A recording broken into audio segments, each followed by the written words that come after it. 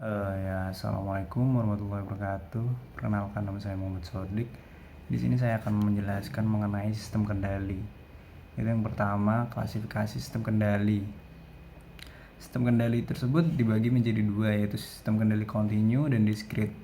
Continue itu merupakan sistem yang memanfaatkan pengendali controller berbasis nilai continue seperti proporsional P, integrator I, dan diferensiator D.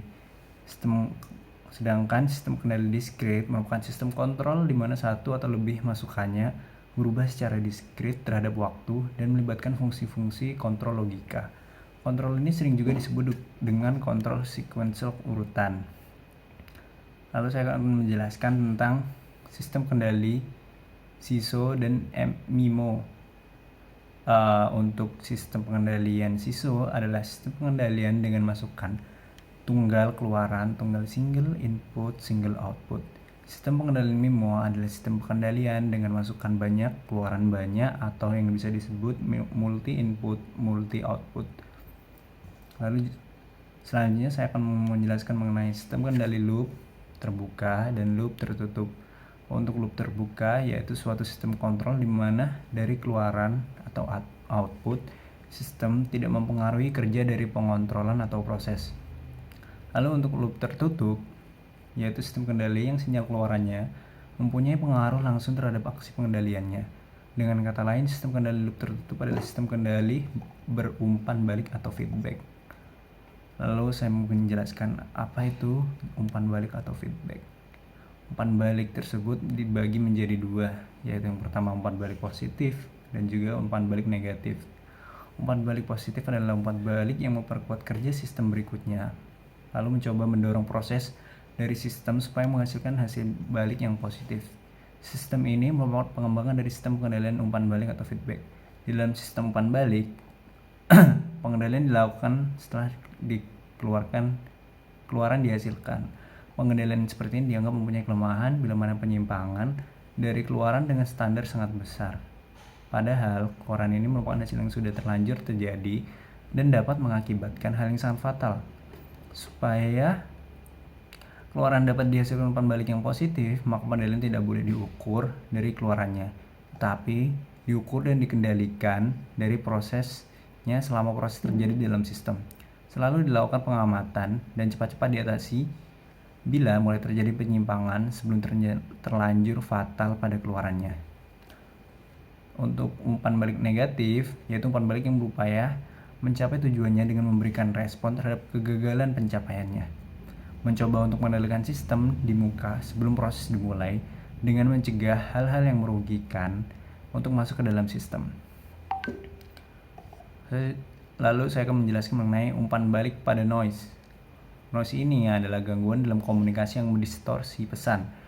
Gangguan menghalangi menerima dalam menerima pesan dan sumber dalam mengirimkan pesan.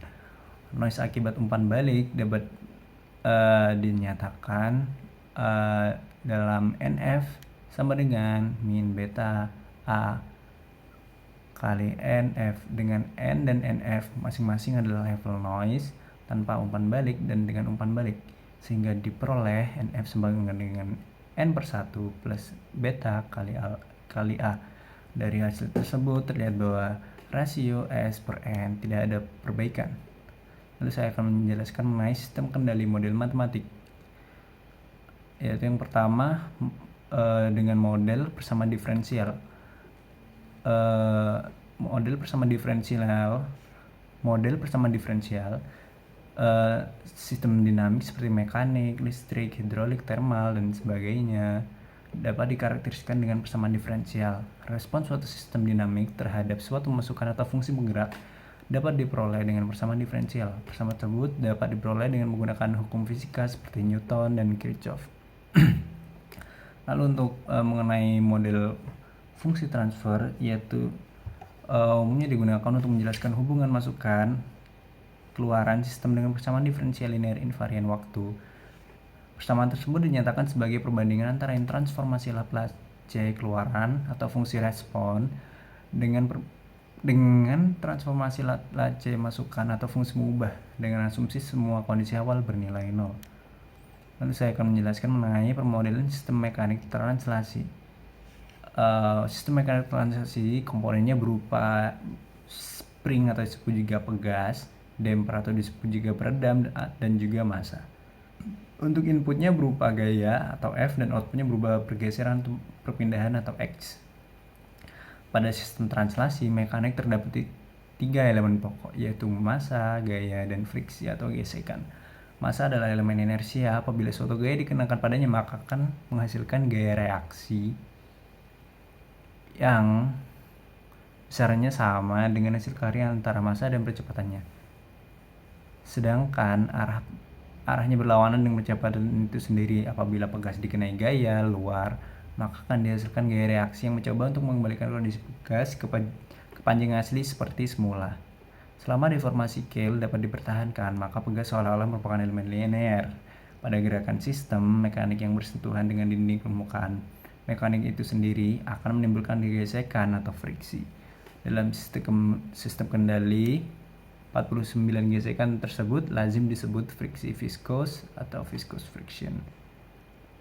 Jadi cukup seperti itu yang sudah saya jelaskan mengenai apa yang sudah saya dapatkan pada kuis 1 sistem kendali. Kurang lebihnya mohon maaf. Wassalamualaikum.